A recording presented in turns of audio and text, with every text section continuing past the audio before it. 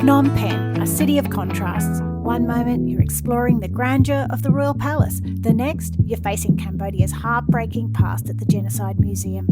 We're diving into the city's vibrant markets, strolling the Riverside, and sharing what makes this place unforgettable. Whether you're planning a visit or just love discovering new places, stick around because this is Phnom Penh, Cambodia. Probably said that wrong again, so this lady is going to tell us how to say it properly. Phnom Penh. We're Mark and Kelly. We travel the world full-time, sharing adventures and tips along the way. Join us for the journey and welcome to Grown Up Gap Years. Good morning and welcome to Phnom Penh. We've decided to start our little adventure by exploring the Riverside. We're actually staying quite close by and I can highly recommend it as somewhere that might be useful for you to stay. It's handy to many of the main attractions, and even though it sounds quite busy, where we are is quite quiet and we get a lovely river view. We'll put details below in where we're staying. So this Riverside stretches a really long way down. We're going to have a look at the life on the Riverside, get our steps in for the day because, you know, we've been a little bit lazy of late. We are going to show you a little slice of this part of Phnom Penh. It's absolutely charming being by this river, isn't it? It is. It's just a lovely walk. The Riverside walk is magnificent. There's lots of greenery, just people out living their normal life, but not too busy that you can't walk along peacefully. So, and no motorbikes. No motorbikes. Yes. Such a blessing. This river is the Mekong. It eventually travels up and runs into Vietnam. If you are interested in seeing any of our Vietnam videos, I'll put the playlist below.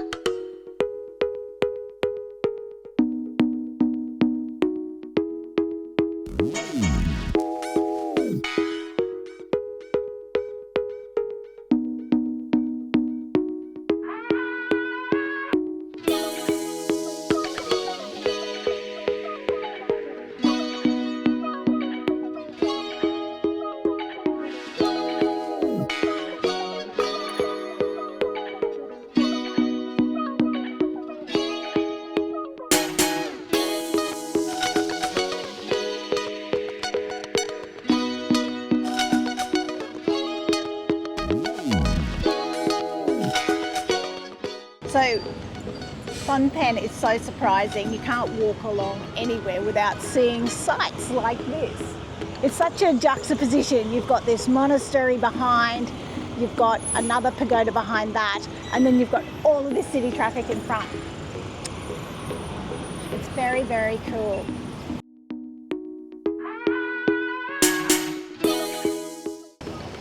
See what I mean? You walk another 150 metres and there's an entire royal palace. We're going to go and have a look at that later on today. Royal palace, what?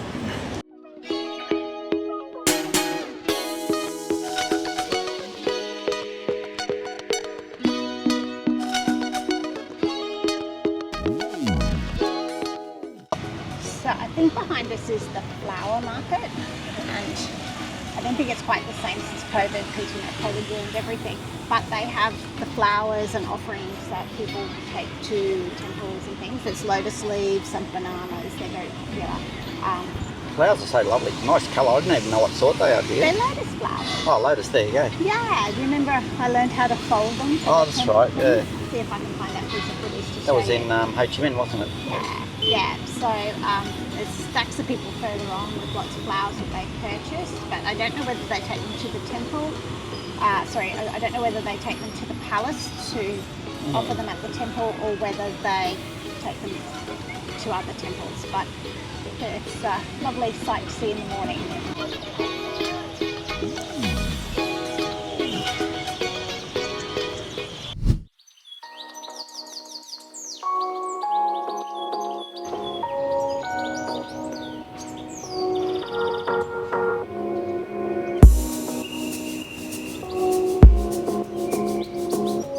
So we're just about to go into the temple at take your shoes off. There's a sign that says so.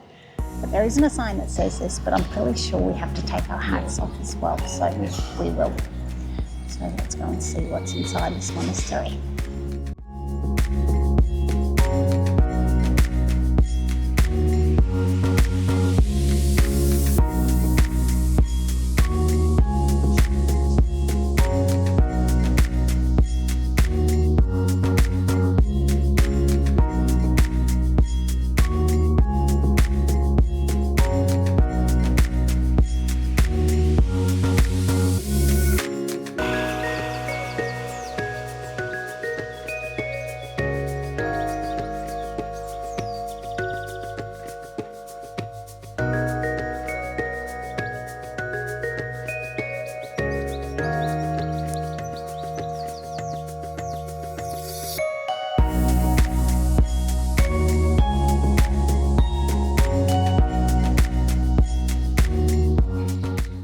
So that temple was free to go into.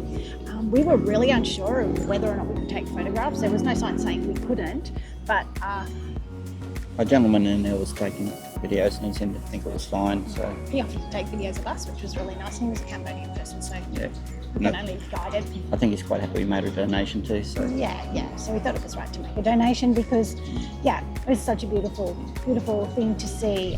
This is the first coffee in Cambodia. Oh, there's a lot to like about that. Give this here croissant a try.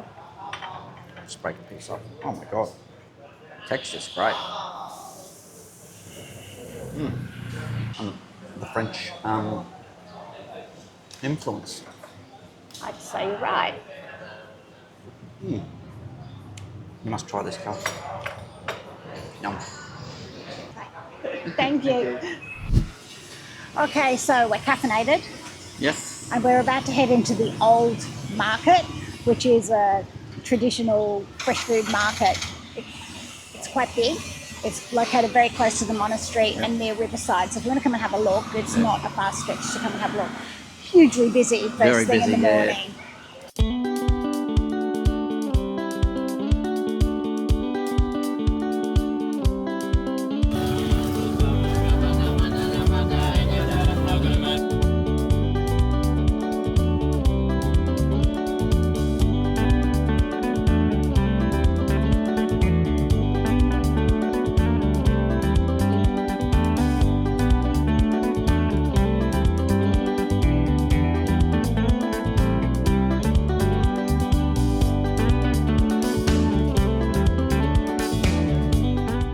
So that's the market done. Holy moly, that was such a lot. That was hectic. They were intense. They were like way more full on than the Da Nang markets. Yeah. It's the motorbikes, and there were literal traffic jams. And then they were diving in out of like side streets that were actually inside the building.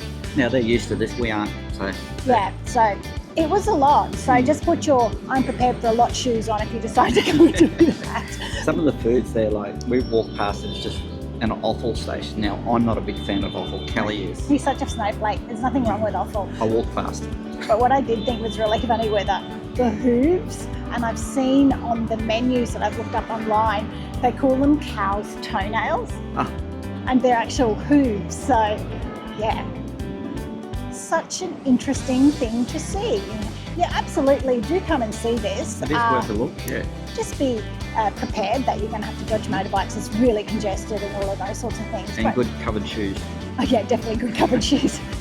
Don't wear your flip-flops, your phones. Yeah, not the place for them. So we are at the Genocide Museum. I'm not sure how much recording we will do here. Just to give you a clue as to prices and things, it cost us $10 each, and that got us an audio guide, which has been highly recommended, and headphones. We're going to go for a walk around here. We'll probably report back at the end. Apparently this is a very touching and moving thing to do. There is a required dress code to come in here, which required your knees to be covered and women covered to the elbows. Not everybody's doing that, but it's a sign of respect.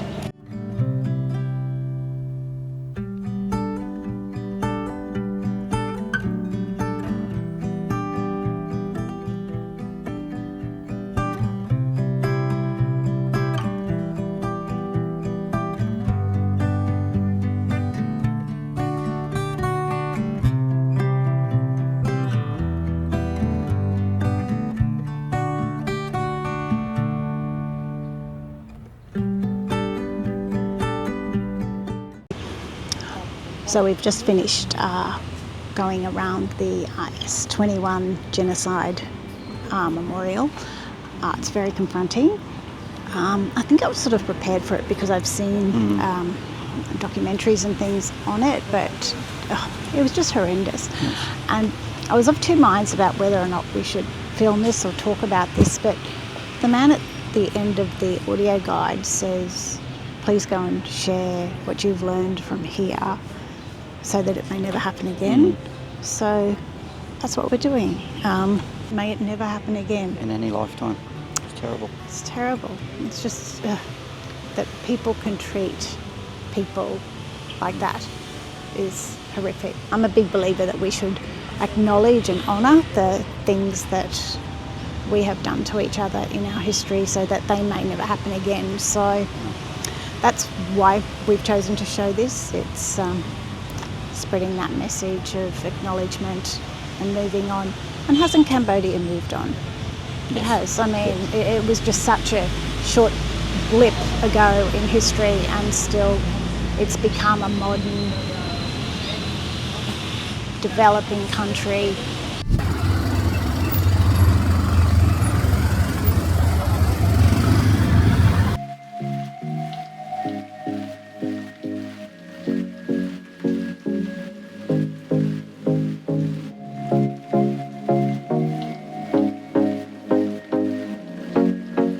We are at the Royal Palace of Cambodia, and we do not know if the King is in residence. For the $10 each US entry, he'd want to be.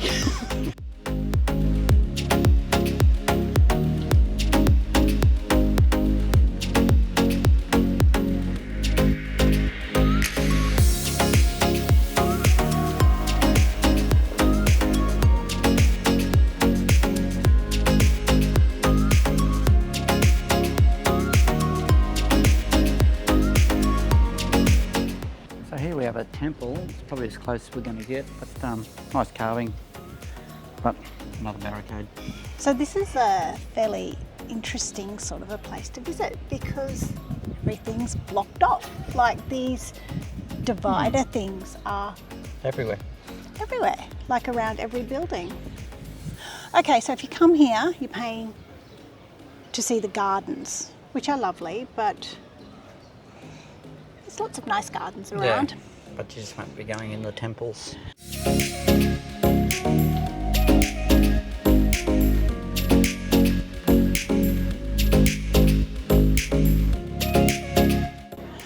All right, I'm going to be a tour guide and explain these frescoes to you. Actually, I'm just going to consult with ChatGPT, who has told me that the Ramayana frescoes are murals showing scenes from the ancient epic Ramayana, found in temples and palaces that tell the story of Rama, Sita and the battle against Ravana. I have no idea what any of this means. Famous examples are at Angkor Wat and the Grand Palace in Bangkok, and they show bravery, loyalty and the fight between good and evil. And they go on.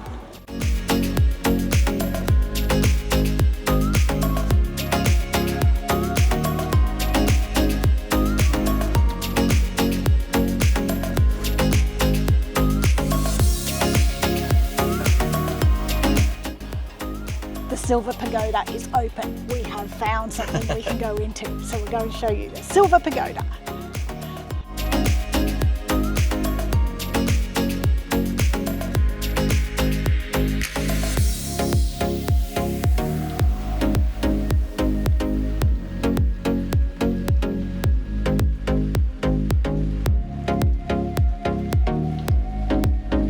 We've got a bottle of Palace water.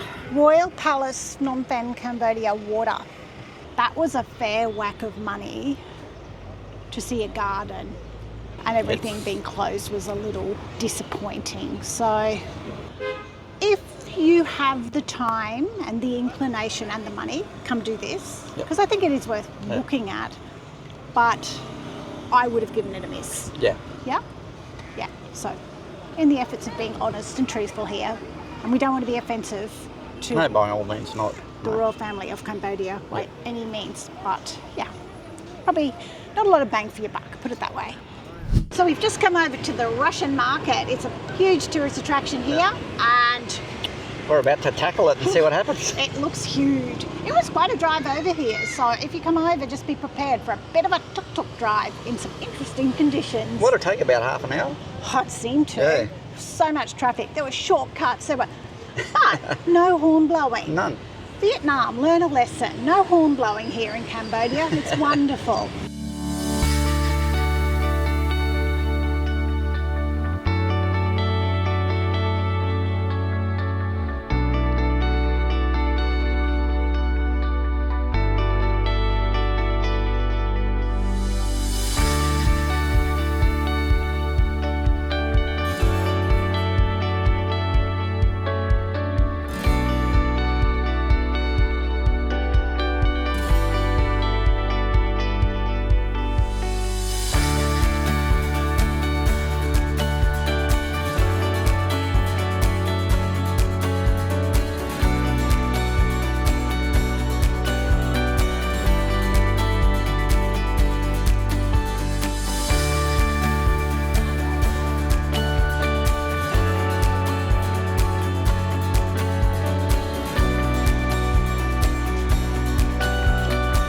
Massive. It's like overwhelmingly big.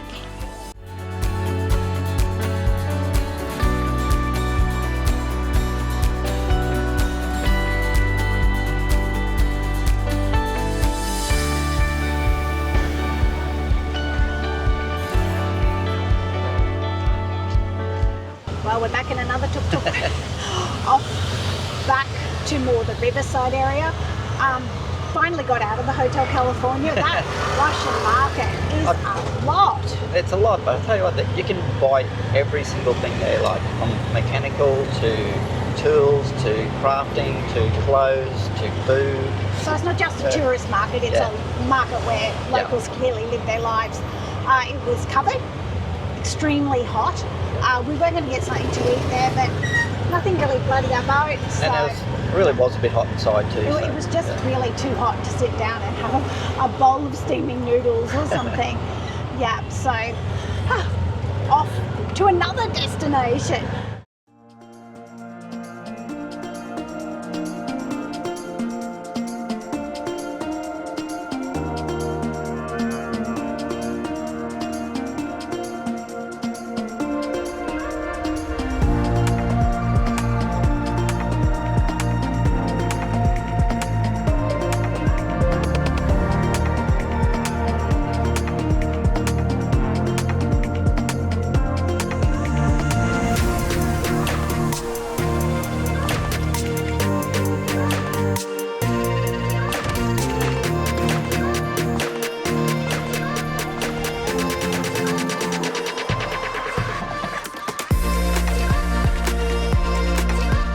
So we've come to Wat Phnom, and this is a temple quite close to Riverside.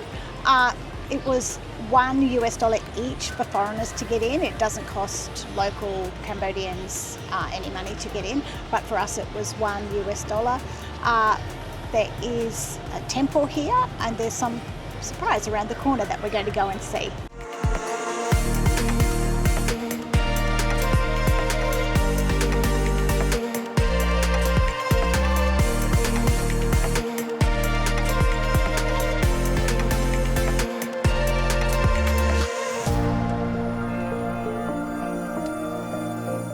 So this part is the Cambodian part. So the part we were just where they did the food offerings, that was the Chinese part.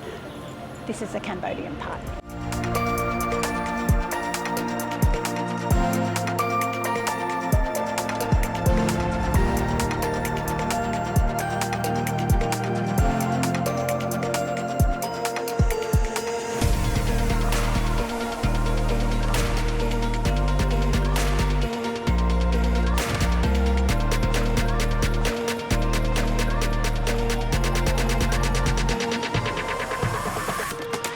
This is the giant clock of Phnom Penh. I wonder if it's accurate. I'm thinking not. What does that look like to you, Mark? It's like 10 past 8. Well, it's a lot later than 10 past 8. Oh well. It's a cool looking grass clock, love it. Coming to this place is really nice because when you're walking around Phnom Penh, Phnom Penh. it's a pretty hot city. So we're here in March, and this is supposed to be prime time for visiting Phnom Penh. Phnom Penh. Tell you what, it's a little bit warm. So we've come here to the giant clock, and I'll tell you what, it's a nice little refreshing oasis. There's plenty of shade, there's plenty of seating. It's nice and relaxing in the middle of a busy city. Do you know what the temperature here is today? Today I looked earlier, it was 36 degrees. Yeah, it's really, really warm. So if you visit Phnom Penh, make sure you factor in plenty of breaks to cool down because it is exhausting. It's the heat more so than anything. And plenty of sunscreen. Plenty of sunscreen. We are now going to find ourselves a tuk-tuk to go elsewhere because we're not walking any further in today's heat.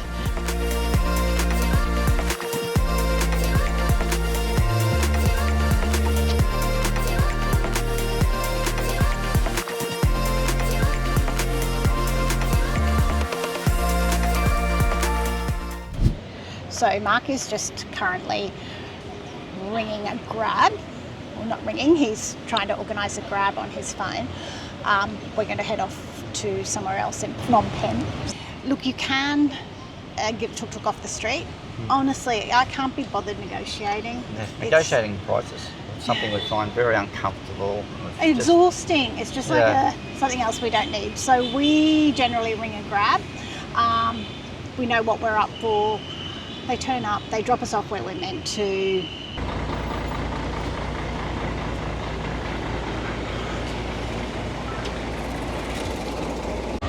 So as you've seen, the Grab driver pulled up where we were. He was going to drop us off exactly to where we want to go.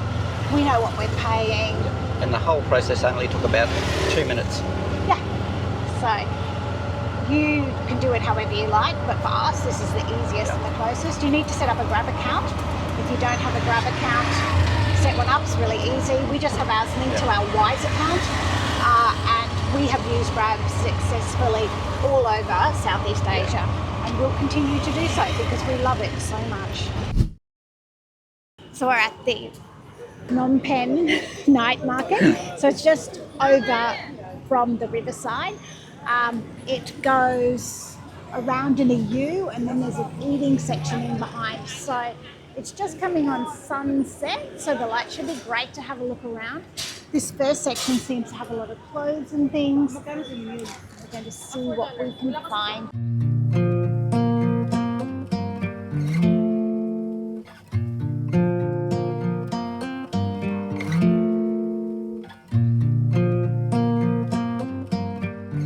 This market is built around a U shape, but it goes back, like this one goes back 3 layers. Yeah. I think the other side goes back 2 layers, and on this side is the food, which we'll show you. So this is cute, like this is where you sit. So a mat's laid out with sauces and menus, and some have got cushions. Very cute.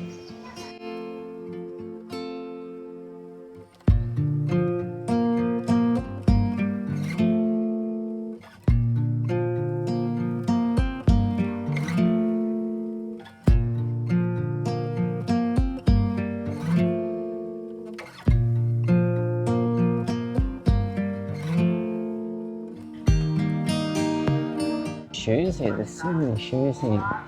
No. I've got pretty small feet, so they'll probably fit me. So many shoes. So if you need shoes, come to Phnom Penh night market. We'll definitely get shoes here. So there was nothing really that caught our fancy in there. A lot of the food around the perimeter seemed to be really similar. Yeah.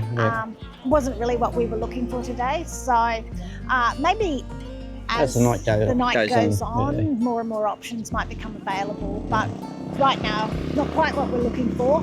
But if you are looking for shoes, I strongly suggest you come here. You're going to find anything you want. And belts and shirts and shorts. Pretty much any accessory. Everything.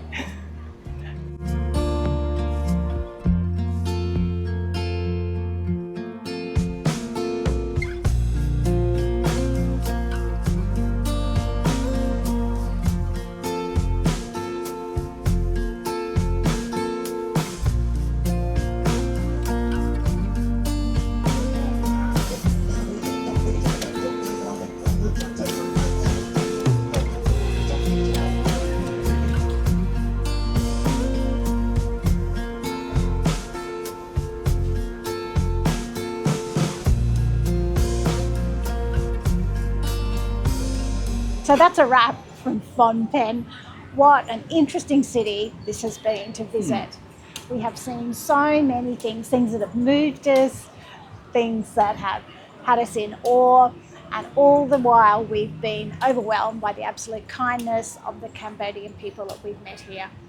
Now, just to let you know, we're aware that we haven't eaten much Cambodian food, but we've been so busy. Yeah, and it's been hot and we haven't really felt like eating. No. But we promise that our next destination, we will eat so much Cambodian food. So make sure you come back and check in next time where we'll be somewhere else in the world. Probably Cambodia.